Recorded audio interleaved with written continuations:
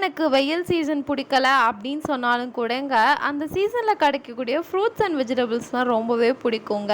அதுக்காகவே வெயில் சீசன் வரணும்னு தான் நான் வெயிட் பண்ணுவேன். இன்றைக்கி நம்ம பார்த்திங்கன்னா என்னோட சம்மர் சீசனில் கிடைக்கக்கூடிய ஃப்ரூட்ஸில் ஒன் ஆஃப் த ஃபேவரட் தான் பார்க்க போகிறோம். அது யாருன்னு பார்த்தீங்கன்னா நம்மளோட வெள்ளரி பழங்க.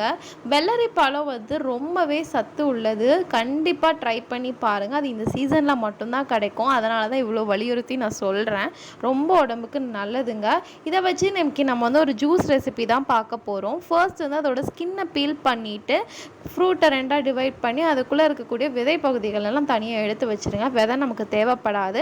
குட்டி குட்டி ஸ்லைஸாக கட் பண்ணி தண்ணி வந்து நான் ஒரு கிளாஸ் ஆட் பண்ணியிருக்கேன். நீங்கள் வந்து பால் கிடச்சா அதை ஆட் பண்ணுங்கள். நம்மக்கிட்ட பால் இல்லாத பட்சத்தில் நான் தண்ணியை ஆட் பண்ணியிருக்கேன். தென் வந்து ஒரு 6 ஸ்பூன் சர்க்கரை போட்டு ஒரு ஃபைன் பிளெண்டாக அடித்து எடுத்தீங்கன்னா டடா நம்ம ஜூஸ் ரெடி. கண்டிப்பாக ட்ரை பண்ணிவிட்டு ரிசல்ட்ஸை ஷேர் பண்ணுங்கள்.